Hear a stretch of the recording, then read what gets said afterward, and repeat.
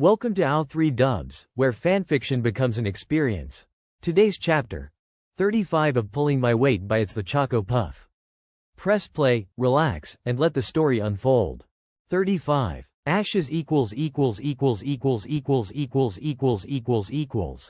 dealing with Uchiha Obito. Sakura frowned. She knew that name, of that she was sure. She'd definitely seen it before, and she was almost positive she'd also read his file at some point. Then she noticed both Inoichi and Anko had tensed, as if waiting for an explosive tag to go off, and she realized with a start that both were very obviously avoiding looking at Kakashi and… Oh no. Sakura didn't have the same reservations as her senpai. She looked straight at Kakashi, wondering how he'd taken the words that came out of Zetsu's mouth. Judging by his posture, shoulders stiff with tension, guard up, visible eye wide in disbelief, she was willing to wager that not well at all. The door to the interrogation cell swung open and Ibiki's head poked out, a stern, stubborn scowl on his face, even though Sakura's familiarity with the man's many expressions allowed her to read the underlying shock he was still feeling. Hitaki, he began warningly, and Kakashi's head turned slowly, like a marionette's, until he faced Ibiki. Though his eye was unseeing, be reasonable about this. There's no proof that. Between one blink and the next, Kakashi seemed to come back to himself, and before Ibiki was even finished speaking, he bolted. Sakura was suddenly reminded of what Yuki had said all those months ago. Even Hitaki, if he ever took you seriously, on an even playing field, would be out of your league. She hadn't even seen Kakashi move. She just saw the door out of the interrogation viewing room swing open and listened as the vilest curse she'd ever heard escape Ibiki. Damn it, Hitaki on a rampage is the last thing we need. Anko groaned, but even she looked slightly shell-shocked. I can go look for him. Sakura volunteered, her mouth moving before her brain quite caught up with what she was saying. Within seconds, she was being ushered out of the interrogation room by an apologetic-looking Inoichi and a smirking Anko. Better you than me, kid. Sakura's obvious first bet had been Team 7's old training grounds, then the Memorial Stone, but even before she peered through the foliage, she knew she would not find Kakashi there. Wandering through the streets in the hopes of finding him in one of the bars also seemed futile. While Kakashi had many vices, she didn't think he'd immediately resort to day drinking. 20 minutes later, she had no more idea of where Kakashi might have gone than she had upon leaving T&I. Frustrated, Sakura tilted her head back with a groan, eyes sliding shut as she tried to think.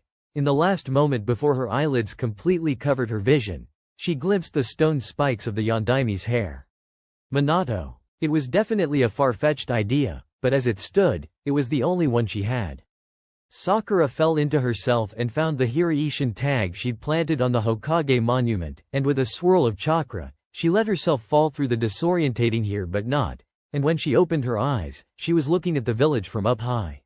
Sakura made her way closer to the edge of the cliff, not realizing she was holding her breath in anticipation until she released it with a gusty sigh once she spotted Kakashi's curled form on the Yondaimi's nose. Relieved, Sakura stepped out of the treeline and, not bothering to hide her chakra, walked over till she was just a couple meters short of Kakashi's precarious perch, choosing instead to sit on one of the hairspikes. Kakashi showed no indication of having seen or felt her arrive, but Sakura knew he was far too good a shinobi, even in his emotional state, to have missed her presence. Still, she knew better than most that trying to force conversation would have the opposite effect from the one desired and simply sat there, content to people watch. She didn't know how much time passed with her and her old sensei sitting in complete silence, but it was only once the red rays of the setting sun bathed the village in a soft orange glow that Kakashi finally spoke. 20 years, he murmured, voice raspy as if he'd been screaming. 20 years of… He cut himself off with a sigh, and Sakura stayed carefully silent, letting him work it out. And now this. The sigh that Kakashi let out seemed to age him a decade. His shoulders slumped, defeated, and even with the mask covering 3/4 of his expression, Sakura could see the despair read deep into the lines of his face. Then he took a deep breath, letting it out slowly, to the same count Sakura had been taught, and cocked his head at her. You're an interrogator, are you not? He asked out of nowhere, and Sakura took the deflection for what it was. Should you not be trying to get me to talk about my feelings and whatnot? He sniped, and Sakura huffed a laugh. I think you're confusing interrogation with therapy. She pointed out, not rising to the bait, and smoothed the humor from her face into something softer, more open. And I just got the impression you wouldn't appreciate it. She was paraphrasing what Anko had said to her after she'd interrogated Sai that first time, and it spoke to just how messed up they both were that some of the tension actually seemed to bleed out of Kakashi's frame. I didn't think you gave a damn about what I would and wouldn't appreciate, Sakura-chan. He pointed out, and Sakura refused to let the remark sting. He was right. You're right. When you were my sensei, and for a few months afterwards, I really didn't. She agreed, and Kakashi's posture shifted ever so slightly to face her more fully, tilting his head in an obvious, but. Sakura allowed her lip to quirk, the expression wry, even if her next words were sincere. But you're the Anbu commander, Hokage regent, and the most powerful shinobi in the village bar, maybe the Sannin. Flattery will get you most places, Sakura-chan, but I don't think it'll work here. Kakashi observed, but he didn't look quite so defeated anymore. And besides, you did beat me in the bell test. Maybe it will, maybe it won't. Sakura admitted easily, then shrugged. I did. The same way I beat Sasuke. Through tricks, misdirection, and relying on you underestimating me. She swallowed, then repeated what Yuki had told her a few months back, the same phrase that had been bouncing around her head since Zetsu's announcement. In a fair fight, you'd have wiped the floor with me. Maybe I would've, maybe I wouldn't. Kakashi parroted, and Sakura rolled her eyes, but it was undeniable that Kakashi was more human now, less like the despairing husk of a man she'd first found. Is that why you won't fight Sasuke, then? Because you're worried he'll win now that he knows what you're capable of? No, Sakura denied with a laugh, though it was devoid of humor. I won't fight Sasuke because I don't trust myself to stop, even though I know he's not half the villain my heart says he is. I'd still kill him if given half the chance. Kakashi studied her for a few seconds, half-lidded onyx uncomfortably sharp, then he sighed. So will I? Something must have shown on her face because Kakashi almost smiled. Not Sasuke. The other Uchiha. The fake Madara. Then, face screwing up as if it physically pained him, he finished with, Obito. Sakura regarded her old sensei, a man she had first dismissed, then feared, then resented, and now, finally respected. A man who was perhaps the most human shinobi she'd ever met, and allowed her sorrow to show. It'll break you, she murmured at last, the words quiet and soft and weighing a ton. Kakashi, in turn, just shrugged, the motion half-hearted at best, the expression on his face fragile. There's not much left to break. That evening, Sakura did not go home. Not to Genma, not to Shikamaru, not even to the ambassador's quarters. She went straight back towards T&I after depositing Kakashi in front of a nondescript block of apartments, having been unwilling to leave the Junin until he'd made his way safely down to the ground. Whether Kakashi realized why she was so insistent on seeing him get down from the Hokage mountain, she wasn't sure, but it was a risk she wasn't willing to take. Then, a flash of familiar platinum blonde caught her eye, and Sakura's mouth was moving before her brain had a chance to process what was going to come out. Ino. The blonde turned around, eyes searching for who had called her name before they fell on Sakura and widened. Sakura, she greeted, though along the enthusiasm, there was also a fair bit of surprise. Is everything all right? Does someone need me? Ah, no? Sakura replied, confused, wondering why that was Ino's first thought. I just thought I'd say hi. She trailed off lamely, only realizing how awkward she sounded once the words were out of her mouth. Oh. Ino managed, still visibly surprised, before some of that trademark brightness that Sakura remembered from her childhood took over. That's fine then. I was just surprised, is all. How have you been? I've been well. I mean, well, as could be, considering all that's been going on these last few months. Sakura explained, tripping over her words. And busy. Mainly busy, to be honest. Yeah, I heard from Shikamaru about the summit. You must have been under so much pressure. Ino exclaimed, a sympathetic expression on her face, and Sakura remembered why Ino had been such an integral part of her childhood. The blonde's capacity for empathy was admirable. That's one way of putting it. Sakura agreed with a sigh and a lopsided smile. How about you? Last I heard, you were revolutionizing seduction in intel. She added, remembering Kiba's words all those months ago when she'd first met with both him and Neji about the latter's Hokageship. Ino looked pleasantly surprised and a little flattered. You heard about that? She asked incredulously, cheeks tinging a little pink. Yeah, I wanted something a little different and, well, Yugo-senpai was very encouraging when I first floated the idea when we got back from the Kiri Chunin exams. Sakura's shock was genuine. That was over 2 years ago. She pointed out, trying to figure out whether there was something obvious she was missing. I didn't realize you'd been at it for so long. Ino nodded, looking, for the first time Sakura had known her, a little flustered. Like I said, I wanted something different. Dad keeps pushing me to become a psychological profiler like him, but I think he's just uncomfortable with me working in seduction. She explained, then her chin jutted out in the same way Sakura remembered it did when they were kids, and Ino was facing down some bullies on her behalf. Well, I like seduction, and the stigma against it is precisely the reason I'm planning on staying in it as long as I can. Besides, I've only got one more mission to go before I can officially apply for a promotion to Tokubetsu. Sakura, not for the first time since she'd met Ino, was seized with admiration, and an unexpected wave of nostalgia washed over her. Some of what she was feeling must have shown on her face because Ino gave her an odd look, shifting uncomfortably. What is it? You're incredible. Sakura managed, her mouth jumping ahead of her brain, but once the words were out, she found she wasn't particularly pressed to take them back, especially when she saw how Ino gawked and blushed. What? You're incredible, Ino. Sakura repeated simply, shooting her old friend a small, albeit completely genuine smile. I could never do what you do. Ino blinked, pupil-less blue eyes puzzled. Why? Sakura shrugged half-heartedly. I'm not half as pretty or determined as you for starters, and I've never been good with subtle cues and, the self-confidence you need to even qualify for seduction. Plus, you're just, well, you. She explained awkwardly, waving the question off. For the first time since they'd started speaking, Ino looked cross.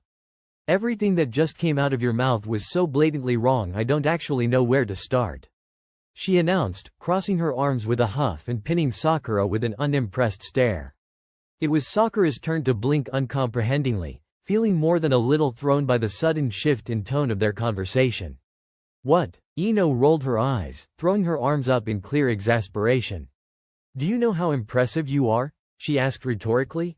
You started out as this shy civilian girl, and now you parade around dressed like a samurai. You're friends with some truly terrifying people and you're one of the strongest shinobi I know. You're a legend, Sakura. Like one of the kunoichi of old my dad used to read me bedtime stories about. Sakura could feel her cheeks heat up with every word that left Ino's mouth. I still don't see how that makes me in any way suited for seduction. She stammered, feeling her mortification grow when the expression on Ino's face turned sly. Oh, don't you know men love domineering women? The blonde asked, almost leering, her eyebrows wagging in a way that reminded Sakura distinctly of Aoba, and she resisted the urge to use her Hiraishin seal to escape the conversation. Not in my experience. Sakura managed, barreling through her embarrassment, seriously considering just letting herself sink underground when Ino laughed. Shikamaru lets you walk all over him. She pointed out, and Sakura shook her head. He doesn't. The times he lets me have my way without issue are either when I'm right and he knows it or when it's the path of least resistance. What about your sword boy then? Ino pressed, and even though Sakura realized she was teasing, she still felt herself careening straight past embarrassed and into exasperated. Why does everyone keep calling him that? She asked exasperatedly, mimicking Ino in throwing her hands up. He has a name. Fine. Ino conceded, but Sakura didn't feel like she'd won. What about Chojuro of the Mist? He seems so cute and docile. How he ended up with you and Shika of all people is a mystery. Sakura blinked, afraid she'd misheard. Cute and docile? Chojuro? Cho is probably the bossiest of the three of us. She told Ino slowly, wondering how her life had come to this. But enough about me, she exclaimed, jumping on the split second of silence while Ino processed what she'd said. Are there any boys in your life you'd like to tell me about? Ino burst out into bell-like laughter but cut off sharply when she realized Sakura wasn't joining. Boys? She repeated, sounding a mix of amused and horrified.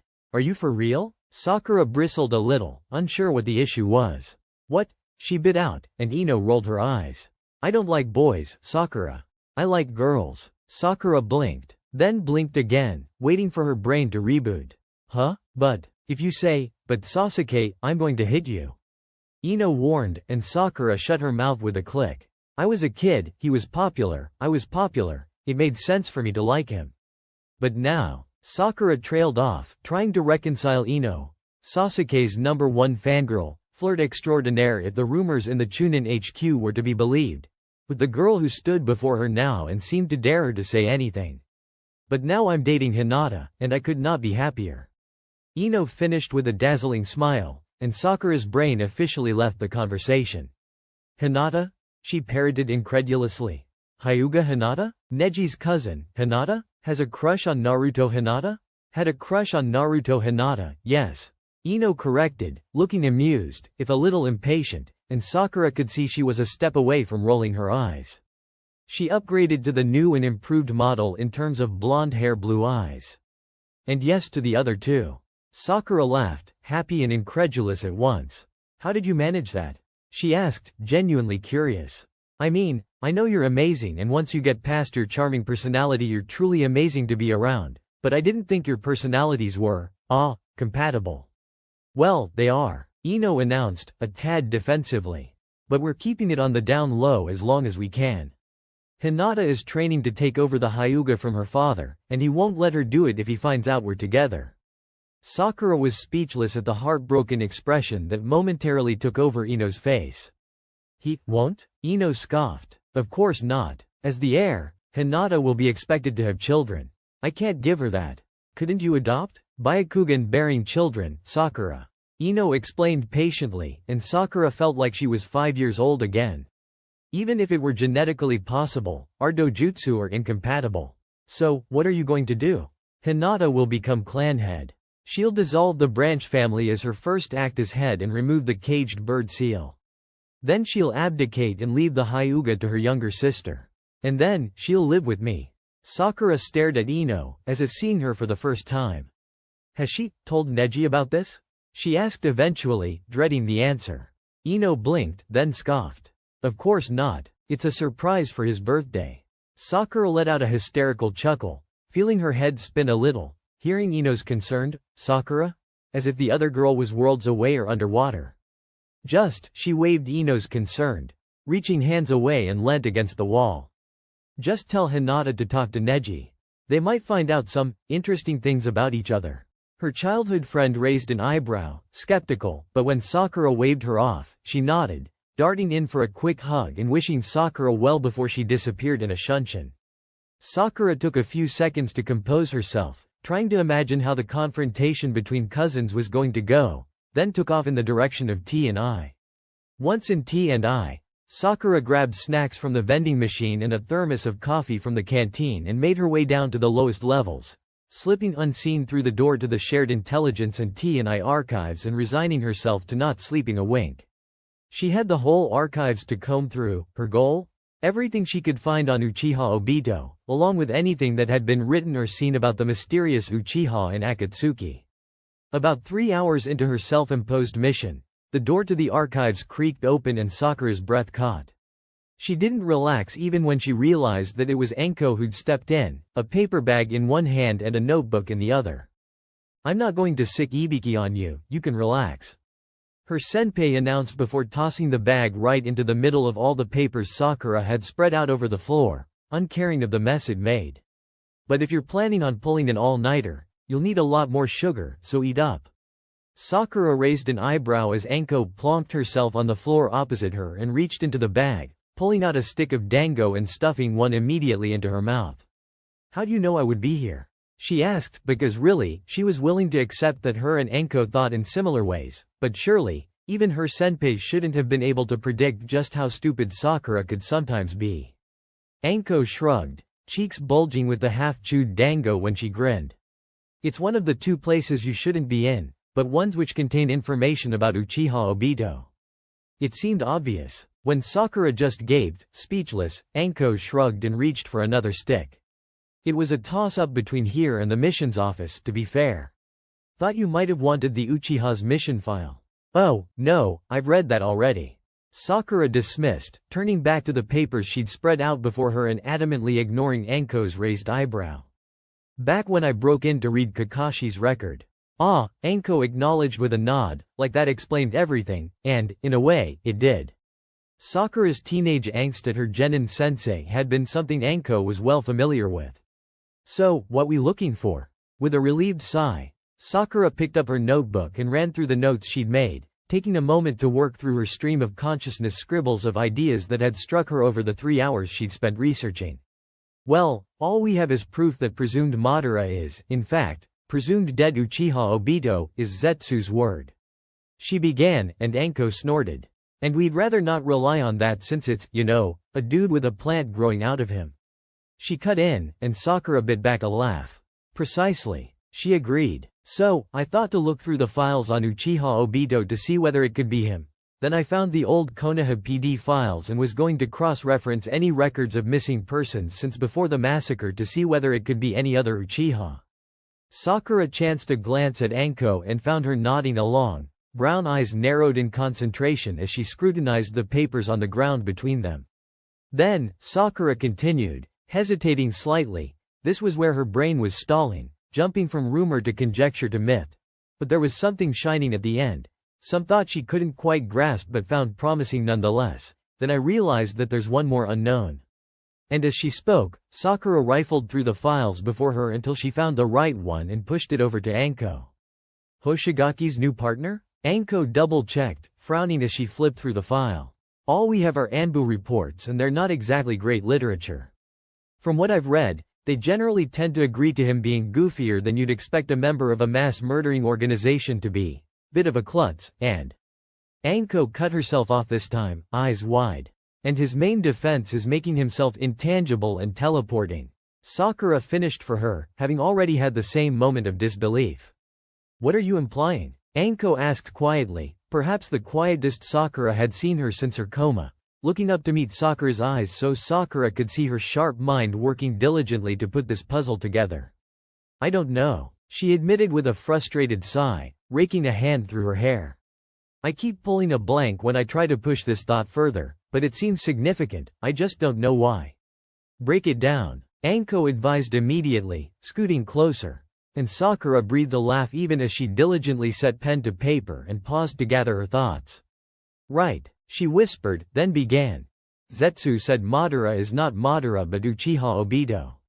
She murmured, scrawling first Madara, then Obito on the same line at the top of the page and drawing a tiny, equals, sign between the two. But, what if Hoshigaki's new partner, Tobi, she paused to jot down the name beside Obito's, is Obito too? She finished off, drawing another equals sign between Obito and Tobi. Which begs the question. What if the intangibility and ability to teleport are effects of Mangekyo? Anko continued, grabbing the pen from Sakura's hand and sketching the line going down from Obito and Tobi's names, and where they connected, she wrote, Mangekyo equals teleportation? But then, Sakura pushed, playing devil's advocate to her own idea, biting at her nail in concentration. What about Kakashi? Anko stared at her for a second, uncomprehending, before her eyes widened. Sharingan. Shit. She put pen to paper once again and drew another offshoot off Obito's name, this one titled, Hitaki's Mangekyo? Hiya, she said. Sakura remembered suddenly, eyes wide and unseeing as her teeth worried at her nail and her mind worked in double time, that the key difference between the Sharingan and the Byakugan is that the latter is stable while the former volatile. She let Anko tug her hand away from her mouth, almost unaware of the action as she recalled what the Hyuga patriarch had said. When I asked what he meant, he said that the Sharingan was always evolving, always mutating, while the Byakugan had plateaued, stabilized. He said that was why no documented second stage of the Sharingan was the same. And if the Sharingan is always evolving, Anko hazarded, staring at the paper between them, a frown creasing her brows, then how different would it be, having been split between two different users for over 2 decades? It's not teleportation. Sakura breathed suddenly, an idea hitting her with all the subtlety of a clap of thunder. It's space-time manipulation. And Hitaki can do it, but only up to a point. Find me that report about his fight with the puppeteer. Sakura scrambled to her feet, delving into the archives and coming back not 3 minutes later, already leafing through the aforementioned report. Slowly, a small vortex opened up, not swallowing the target's heart as intended, but managing to absorb a barrage of senbon before they had a chance to deploy. She read out, almost tripping over the words in her haste to get them out. Destination of the senbon, unknown. Chakra expended, considerable. Anko leant back on her hands, her expression at once smug and wondrous. Hitaki isn't an Uchiha. His body isn't built for the Sharingan. Hell, the bloody thing causes blindness in actual Uchiha. On him it must be a parasite, she exclaimed, and Sakura nodded. On our first mission outside the village, she recalled, her words matter of fact rather than nostalgic or bitter, we faced Momochi Zabuza.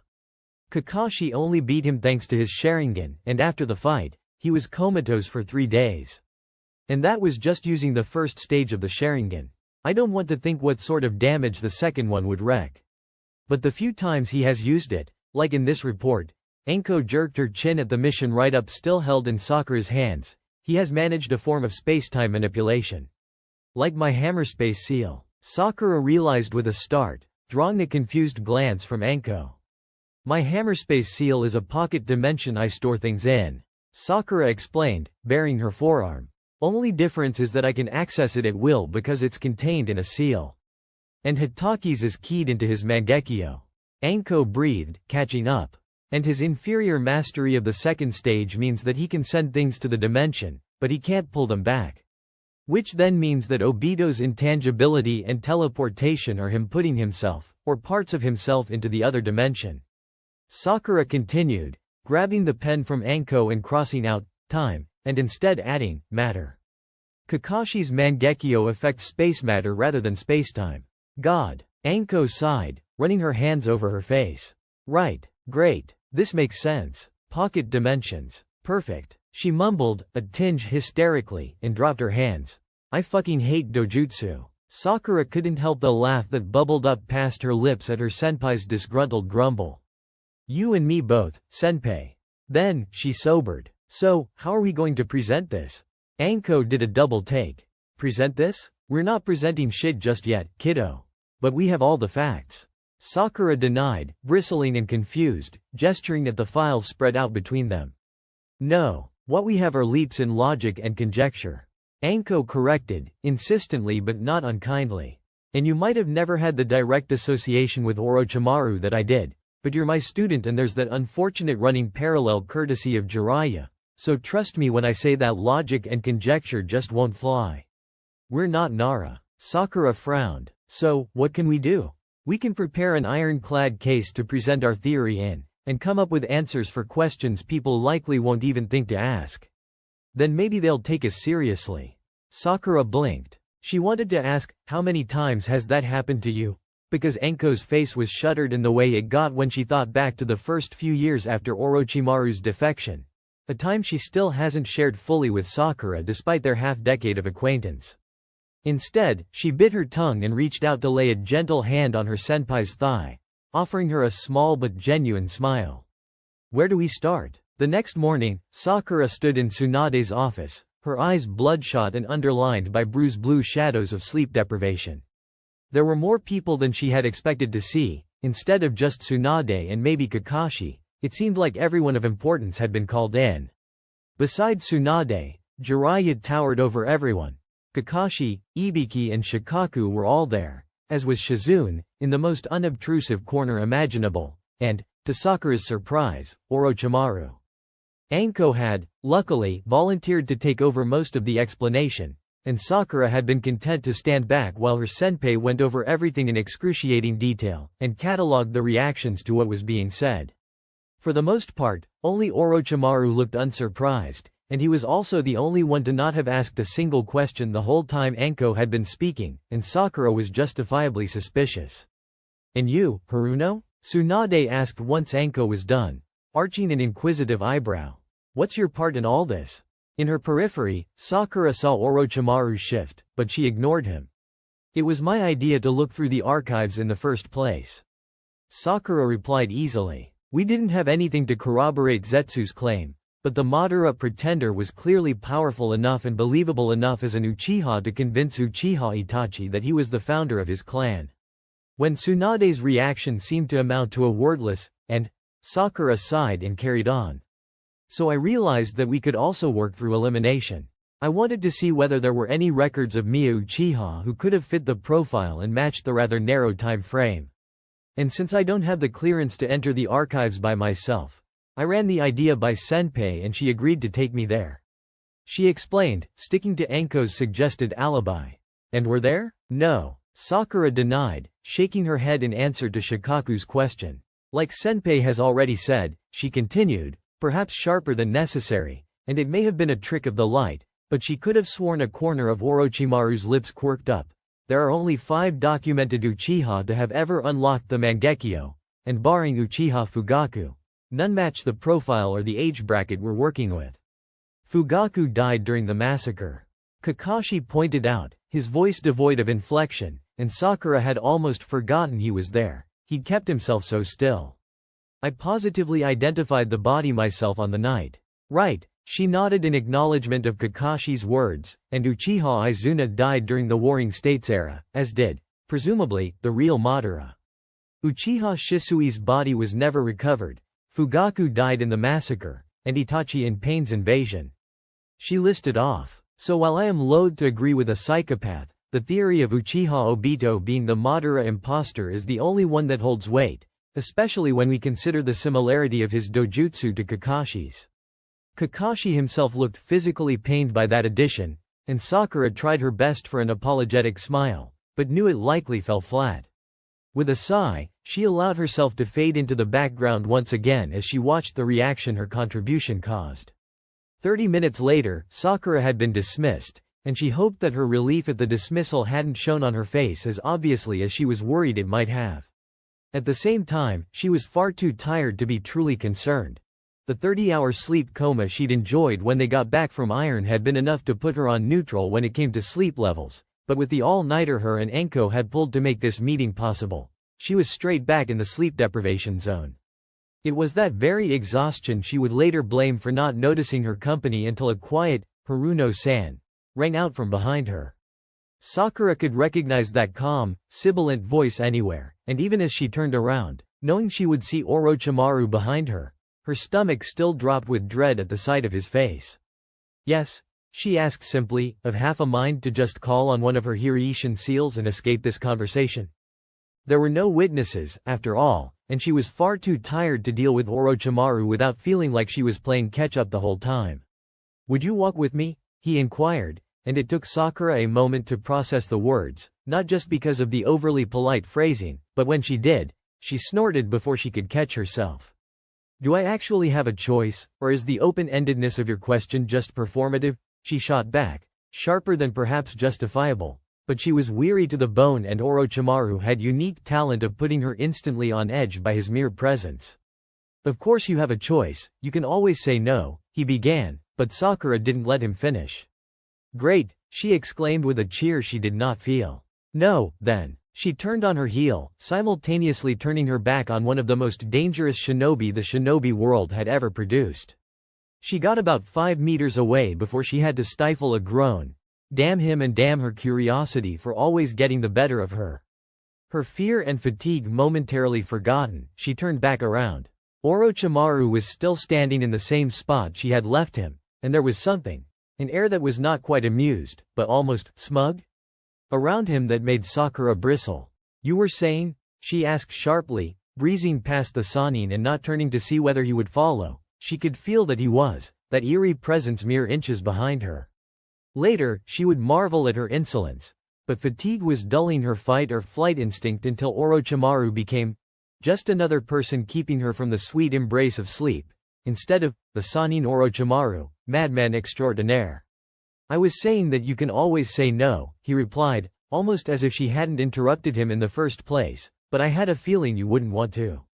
Sakura shot the man a flat glare. "You don't know me," she bit out, deciding there and then to screw decorum. "No," Orochimaru agreed easily, an undercurrent to his voice that Sakura didn't have the facilities to analyze just then.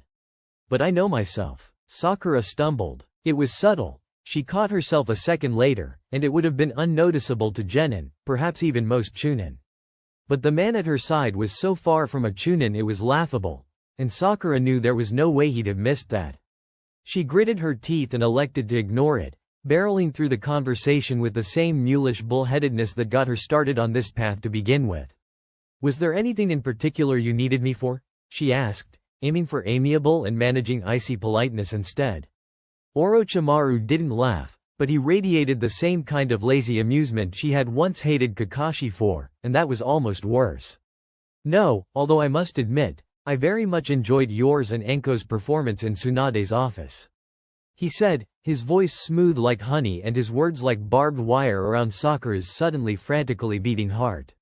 "I'm sure I have no idea what you mean," she denied coolly, adamantly not looking at the Sannin beside her as she let her feet take her through the Nara forest with a confidence she did not feel. Orochimaru hummed, as if he hadn't just accused her of lying to the most important figures in Konoha's power structure. "I have known Enko since she was half your age. She has gotten better over the years, but her tells, such as they are still the same." In her peripheral vision, Sakura could see slitted liquid gold turn to regard her for a second, then return to staring at the path ahead of them. "While I would not go so far as to say she was lying through her teeth," he continued, and Sakura could hear the quotations he somehow managed to put around the colloquialism. "The tale the two of you spun was just that. A tale." Sakura could see 3 ways out of this accusation, and none of them ended in her winning. Instead, she settled on what would amuse him the most. Because, really, who knew? Maybe if Orochimaru found her entertaining, he would be less likely to denounce her to Tsunade the second he was back in the office. Maybe it was, maybe it wasn't, she replied at last, taking the evasion for what it was, before adding, "But I'd like you to know that if we had just spun a tale, as you say, then the only reason we needed one was because of you." Sakura stopped and turned to face Orochimaru, her eyes narrowed and her heart in her throat.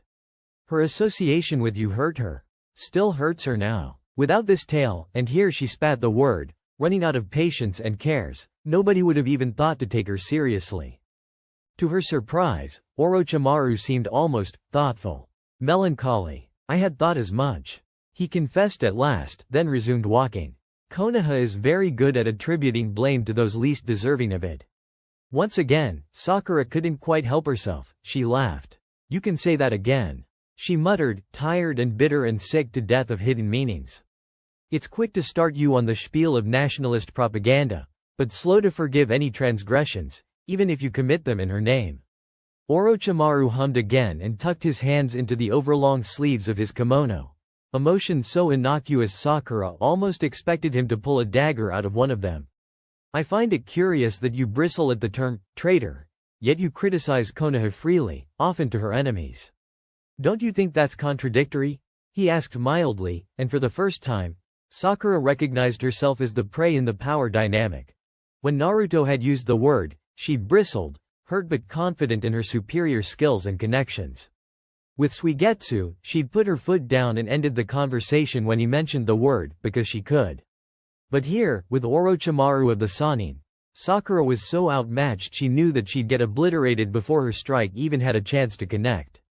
So she settled for honesty once again and shrugged uneasily, resolutely keeping her gaze forward to avoid the knowing glint in Orochimaru's golden eyes. "I just don't think having critical thinking skills should be the same as treason," she said at last, voice quiet and weary. At that, Orochimaru made a sound that on any lesser man would have been a snort. "Then you've come to the wrong village," he replied, silence falling on them in the wake of his words. Sakura was content to let the silence linger for a few seconds while she tried to wrap her mind around the confusing exchange of the last few minutes, or at the very least compartmentalize. Then, she sighed and came to a stop for the second time. She looked up at the man who had haunted her nightmares since she made Chunin, a man who she was still wary of, despite having had her world burned down around her, despite having faced another who had called himself God and won, despite having died and come back. But even she could admit that she no longer truly feared him, not in the way she used to. And in the deep recesses of her mind, she could even admit that what she really feared was that she didn't fear Orochimaru himself. He was death personified, yet she was no stranger to death anymore.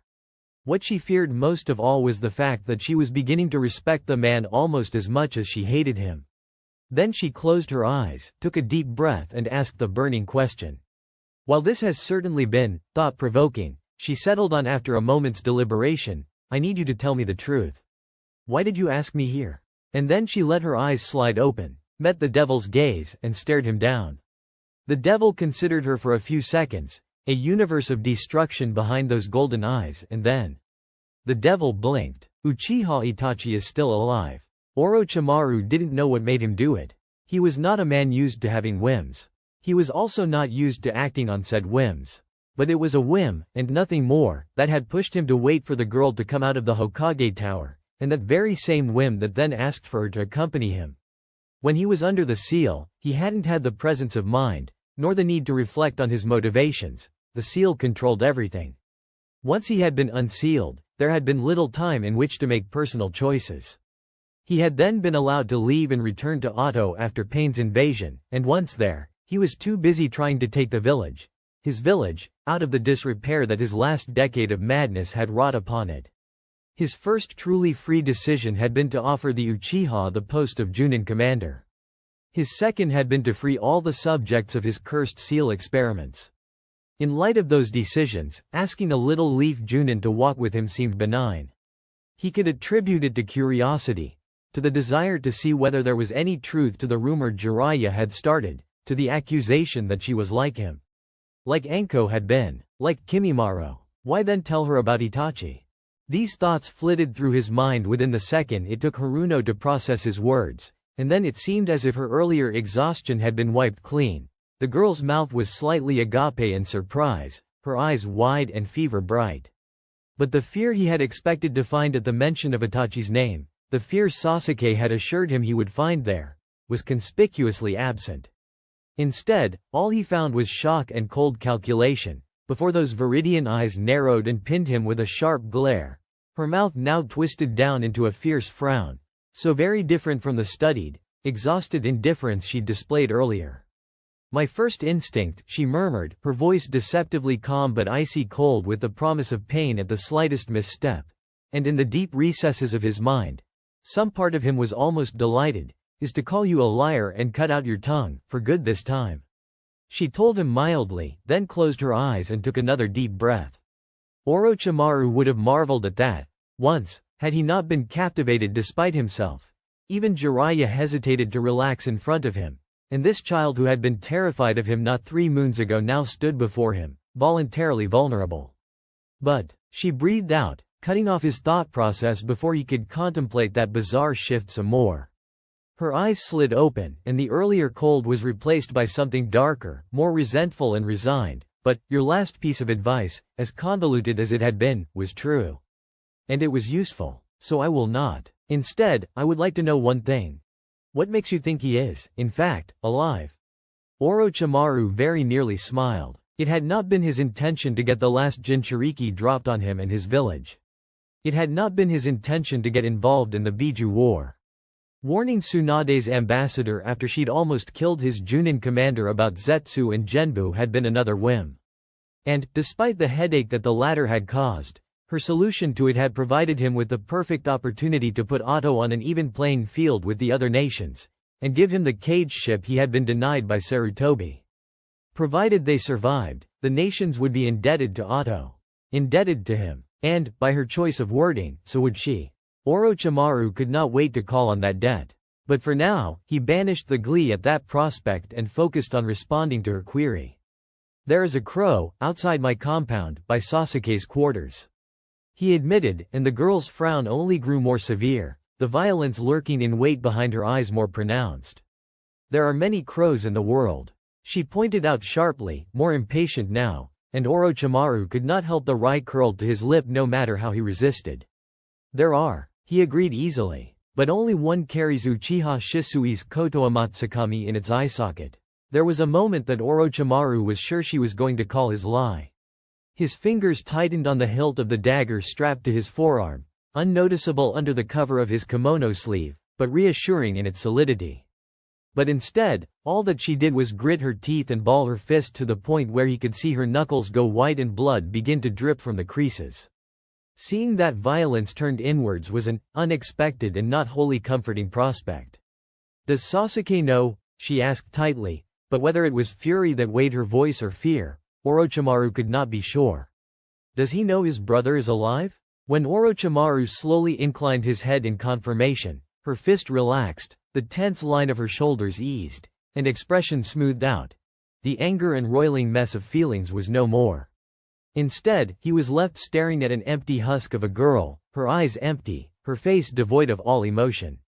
"I need to find him," she said simply and turned on her heel. Amused and, despite his best intentions, intrigued, Orochimaru followed. Sakura was shaking. Her mind was the same disquieting, cold emptiness devoid of errant thoughts or feelings it had been when she'd first been ordered to look at Orochimaru's seal. Her hands, however, would not stop trembling, and fine, yet unmissable tremors that she could neither hide nor suppress shook her hands, the shock too great to suppress. Uchiha Itachi was alive. The fear she had felt in the cells where she'd freed him and Sasuke to fight Orochimaru for her was gone. Much like her fear of Orochimaru, much like every other emotion that she'd have expected to feel at the news. Gone, as if it had never been there in the first place.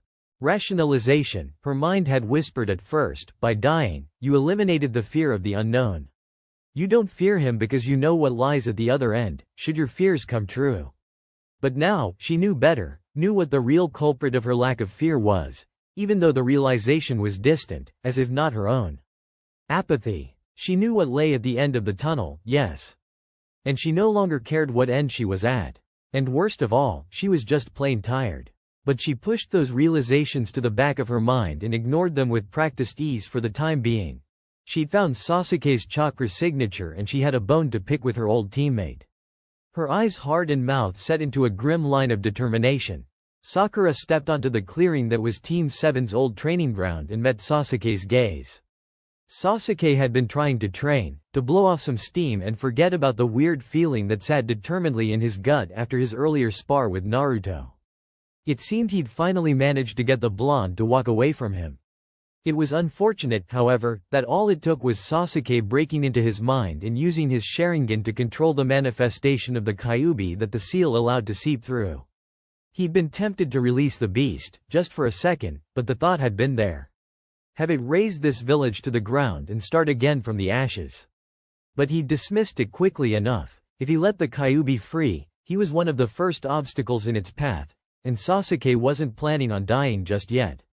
But when he pulled himself out of Naruto's mind, the blonde had looked at him with so much disgust and betrayal in his eyes that Sasuke had been too startled to avoid the punch aimed at his face before Naruto stormed off.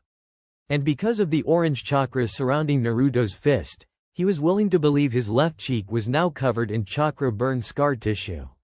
Maybe that was why it hurt so fucking much. But no matter how much he hit the goddamn training post, the weird feeling in his gut would just not fuck off. So maybe he was a little frustrated. And because of that frustration, he would have preferred to have been left well the fuck alone.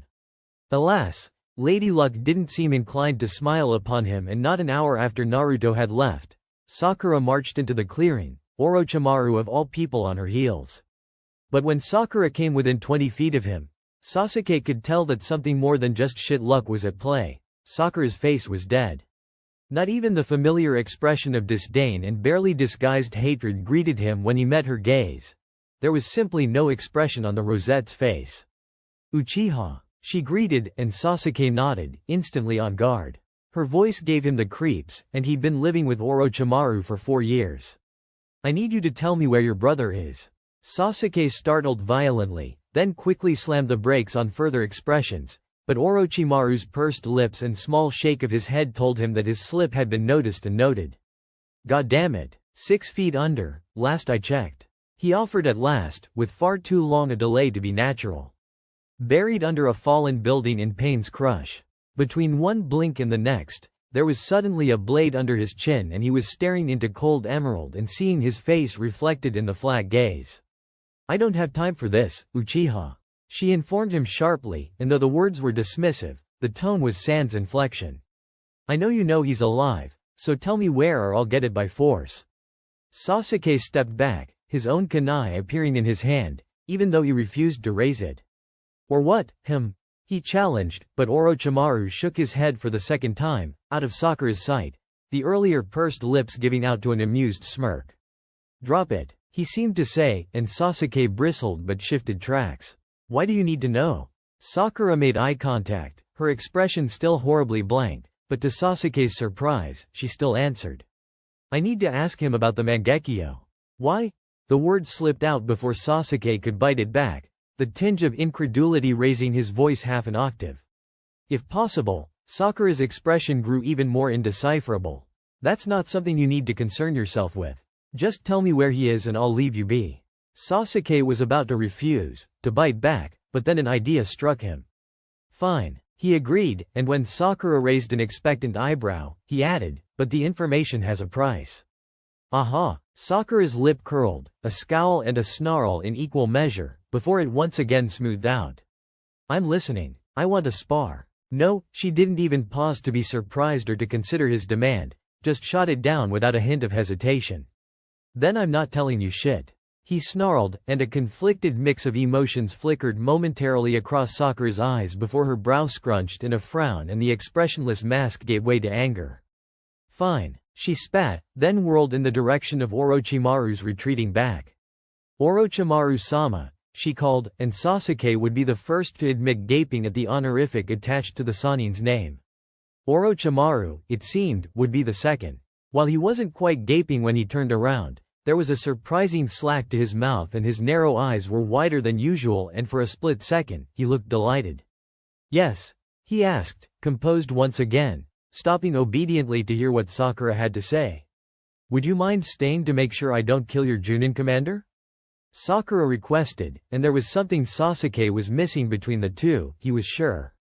When Orochimaru merely inclined his head and shifted course to settle at the treeline, Sakura finally turned to face Sasuke, and it was only then that he realized the earlier blankness was covering up exhaustion. Bone-deep, emotional and physical exhaustion that sleep would not cure, and the same haunted look Sasuke normally saw in his own eyes after a nightmare stared back at him. The only difference being emerald instead of onyx. Come on then, Sakura sighed, dropping into a half-hearted ready position, and Sasuke didn't need to be told twice. He lunged. Sakura twisted out of the way, letting Sasuke's overeager lunge take him off balance before she kicked at his knees and watched as he turned to fall into a roll, a burst of chakra fire sailing her way even before he'd fully caught his balance. She leapt over the fireball, sending a barrage of kunai and shuriken at the Uchiha while airborne, which he dodged easily. Sakura had no desire nor energy for this fight, that she could confess freely, but she knew Sasuke wouldn't simply give up. Still, when a lighting whip lashed out at her as soon as she landed, it was instinct more than willingness to fight that guided her fingers into a wind jutsu Tamari had once taught her, letting the futon Toppa blow Sasuke's jutsu, and, coincidentally, Sasuke himself, 50 feet away from her. Wind? Sasuke grunted as he stood up, and Sakura almost wanted to call him disgruntled. Fine. A fire dragon flew towards her and the seals for a water wall came much easier than wind had. The sizzle of fire on water and the resulting steam cloaked Sakura's movements for a second, and she let herself sink underground, already depleting chakra masked, leaving a clone in her place. She kept close to the surface and therefore heard Sasuke's angry, "Fight me, damn it!" quite clearly. She felt the moment her clone engaged Sasuke and her hand reached through the dirt and snagged his ankle, but when she moved to pull down, she felt the skin on the back of her hand split when Sasuke slashed at it. Sakura hissed and switched hands, pulling Sasuke's foot down then climbing up onto the surface, her bleeding hand glowing blue as she slashed at his calf and upper thigh, a mimicry of their battle back when she'd first beaten him. No, Sasuke snarled, apparently remembering the same fight, and then Sakura was thrown back with the force of the current that pulsed through his upper body and she felt her own muscles spasm. She turned the fall into a backwards roll and came up in time to see Sasuke shaking the last of the dirt off his foot. Sakura didn't think. She let instinct take over and lunged straight at Sasuke's center of balance, staying low, drawing a wakizashi as she covered the few feet between them in a split second. Sasuke cursed, clearly not having expected her to ignore the electrical storm going off around him, and didn't manage to dodge in time. Sakura sunk her wakizashi into Sasuke's side, altering the trajectory at the last minute so it passed safely under his liver and just barely scraped the gallbladder. When Sasuke staggered left, Sakura veered right, ripping her blade out and rolling out into a crouch as she waited for Sasuke's reaction and shook off the last of the electrical shock, though she could still feel her heartbeat in double time. You stabbed me, Sasuke accused, visibly shocked, and Sakura bit back a laugh at the dumbfounded expression as he pressed a hand over the freely bleeding wound. This is a spar. And I've told you that I don't spar non-lethally anymore. Sakura hissed right back, then grabbed her second wakizashi and lunged. Sasuke's single Sharingan bled to life and he met her strike with a kunai of his own, and it was then that Sakura realized that her window for making this fight a quick one had just ended. Sakura let the fireball Sasuke blew into her face serve as a chance to retreat and regroup, and ignored Sasuke when he scoffed at the two earth clones she called up. She tasked one with rushing Sasuke while the other buried him under genjutsu. Even Sakura had to admit that Sasuke's reaction time to genjutsu had improved, though she wasn't sure whether to attribute it to him having worked at it, or the Ai and Kai method he seemed to be employing. Still, just like the last time, the vertigo genjutsu took him off guard, and when he staggered, Sakura created another clone, taking care that it appeared underground instead of beside her, and sent it discreetly to the tree line, with instructions to scale the tallest tree it could find. Then, Sakura reached down and scooped some dirt and tossed it into Sasuke's face, joining her other clone in close combat once again. Disorientation lent Sasuke a vicious edge and Sakura's clone was soon dispatched, while she almost earned a Kakashi-esque scar across her own eye. She had to twist and jump out of the way of a barrage of shuriken Sasuke threw at her with unerring accuracy, to the point where Sakura felt some cut through the material of her pants and score shallow gashes across her legs. Then, Sakura had much greater concerns at heart, because no sooner had she caught her balance after dodging the last of the shuriken than she heard the chirping of Sasuke's signature move. Only he seemed to have learned how to throw it, and now there was a massive ball of lightning chakra sailing at Sakura's face. Sakura didn't think she'd ever performed Kawarimi faster in her life, but in one moment she was staring lightning in the face, and in another, she was at the top of the tree her clone had been in, staring at the battle from above. While her clone took the hit, Sakura concentrated and made a great show of another one climbing out of the ground behind Sasuke, appearing unscathed, and she definitely wasn't imagining the angry snarl that twisted Sasuke's features. Sakura shifted her focus to the field at large, confident her clone could handle Sasuke for a few seconds while she searched for a field advantage she could use. But when her eyes ventured to the opposite tree line, she found Orochimaru already looking up at her, and she could read the amusement in his posture even from 100 feet away. God damn him, but there was a stream close by. And while Sakura's control was good enough for most elements, water was still hers. And Sasuke, fire inclined as he was, still had a penchant for lightning jutsu. With a grin, Sakura started on the 44 hand signs needed for the technique while mentally instructing her clone to press Sasuke's close combat once again. Her water dragon broke the surface of the river at the same time Sasuke called for his full-body Chidori, and Sakura had no qualms against using a B-rank technique as a glorified showerhead. She crawled down from her post on the tree when Sasuke finally stopped sparkling and was instead on his hands and knees, shaking and convulsing with the remnants of electrical shock. Not dead though, and the relief she felt at that was at odds with the disappointment that surged from the most bitter parts of her heart. "Do you forfeit?" she called, hesitant to get too close to the human sparkling fuse in the puddle her technique had left. Sasuke coughed, spitting up blood and bile, and Sakura could see red spiderwebs of busted blood vessels that crawled up his arms and legs where the lightning had coursed through his body, and she tried not to feel too vindictively satisfied. Then, Sasuke looked up, his single Sharingan spinning, and Sakura saw darkness. Fuck Sakura and fuck her cowardly fighting style and fuck him for falling for the misdirection every time. Somehow, Naruto spamming the fields with his shadow clones was less annoying than Sakura's half-dozen carefully placed clones, because Naruto could always be counted on to be somewhere in the melee, his ego and subpar chakra control not allowing him the flexibility Sakura fought with. God, he could already hear Orochimaru laughing at him. When the last tremor passed, Sasuke opened his eyes and finally took in Sakura's mindscape. Where Naruto's had been dominated by the fox and the seal that kept him at bay, Sakura's was similarly utilitarian but in the style of somebody who had done it intentionally. Paranoid even in here, he scoffed, breathing hard, as if the atmospheric pressure had plummeted once he opened his eyes.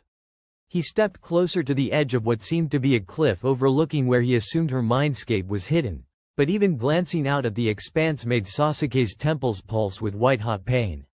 That's because fucks like you haven't quite realized that you need consent for a mindwalk. A voice rang out from behind him and Sasuke whirled around, eyes widening at the grotesque figure that greeted him. It was Sakura, of that he had no doubt. But she was black and translucent, with a chalk-like white outline and Uchinaru Sakura scrawled on her forehead.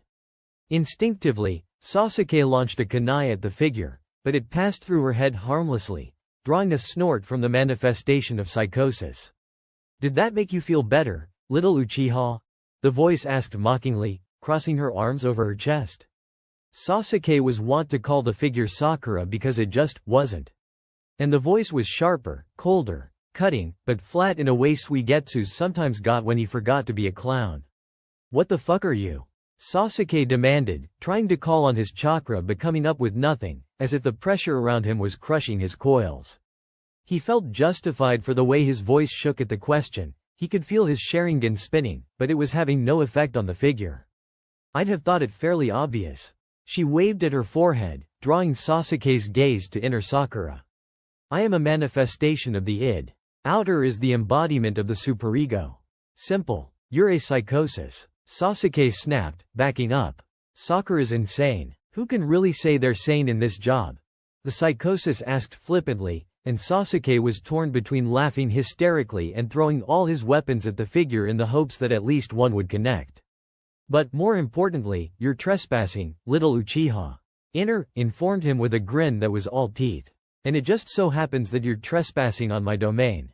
Before Sasuke's eyes, the figure grew, stretching to 20 times that of an average man, and then those previously incorporeal hands reached out and wrapped themselves around Sasuke's midsection, trapping his arms to his sides and lifting him clear off his feet. "Leave, Uchiha," she snarled, and Sasuke felt his lungs constrict and got the phantom feeling of blood dribbling past his lips.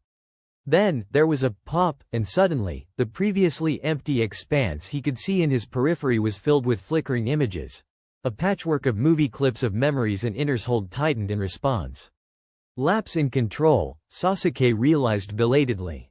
She's the one hiding the memories, and she apparently can't strangle me and keep them hidden at the same time. Despite his lungs screaming for air, Sasuke felt the pressure that had been present since he'd opened his eyes suddenly ease, and the remnants of his chakra all migrated to his Sharingan, overloading the eye to the point Sasuke felt blood vessels burst as bloodied tears dribbled out. Then, he turned his head towards the carefully structured mindscape, a single word at the forefront of his mind. Destroy. His Sharingan spun and the hands around him tightened and crushed his midsection, but the screams that filled the mindscape were not just his own. Sasuke had enough presence of mind to pull out of the crumbling mind before everything around him went dark. Where Sakura hadn't heard Inner in years prior to Inoichi's mindwalk, she heard her screams now loud and clear. Her hands wrapped in her hair and pulled, but even that pain wasn't detracting from the pounding in her head and the screams that would not stop. Her last glimpse before her eyes rolled to the back of her head was that of Sasuke laying in his own blood, and she thought she felt cool hands catch her seconds before she lost consciousness. When Genma opened the door, the last thing he was expecting to see on the other side was the snake Sannin with Sakura unconscious in his arms. "What the?" he gasped, reaching out instinctively before the Sannin's sharp glare made him retract his hand. "What happened? Is she all right?" "Unconscious," he reported flatly, arching an imperious eyebrow. "Adverse reaction to the Sharingan, I believe." Genma took a few seconds to process that, relieved and terrified in equal parts. Then the sheer impossibility of the image of Orochimaru of the Sannin with Sakura in his arms hit him with a vengeance, and he reached out again. This time, the Sannin obligingly transferred his hold, and Genma couldn't help the question that spilled out if he'd tried. "How'd you find me?" he asked, shifting Sakura into a more comfortable hold. "I tracked the residual chakra in the seal on her arm." The Sannin offered bemusedly, then held up a familiar suppression seal. "Although I had to remove this beforehand." Genma's gut churned with guilt and he nodded tersely, shoving the hysterical panic at the sheer level of skill needed to trace such a negligible amount of chakra firmly down because Sannin. His silence must have been a wrong answer, because the eyebrow climbed higher. "Unless I'm mistaken?" No, he denied quickly, pulling Sakura closer. "I'm her partner. She lives here." Then, he swallowed and forced out a tense, "Thank you." The Sanin seemed unimpressed by his thanks, tilting his head imperceptibly, almost cat-like. "Your discomfort at my presence is unwarranted," Orochimaru pointed out idly, almost dismissively, then added, "After all, was it not you who brought her to me when I was still sealed?" Genma froze. "I'd reconsider if you're still deserving of the title before you go throwing partner around." The Sanin continued absently, musingly, and if not for the glint of mischief in the golden eyes, Genma would have almost said it was well-meaning. Then the Sanin disappeared, there 1 second, gone the next, not a seal nor pulse of chakra to betray him, and Genma was left with an armful of unconscious teenager who also happened to be his estranged partner. He reckoned the frustrated kick he delivered to the door to close it was more than justified. Sasuke's Sharingan had brought everything crashing down around her.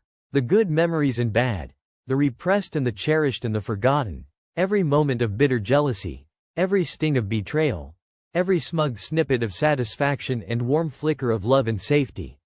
Sakura's very life was wreaking havoc on her mind, and if not for Inner, she would have gone mad and never recovered. Instead, Inner sorted painstakingly through every thought and feeling and memory. The neutral was allowed to fade into the background, not forgotten but dismissed. The good she put aside and condensed into a neutron star of love and positivity and hope, and held close to heart as protection for the dark times still to come. Unfortunately, the bad, bitter, belligerent thoughts and memories got the same treatment, unifying into a festering mass of anger, desperation and betrayal, kept close as a lesson in unearned trust and inevitable expectations.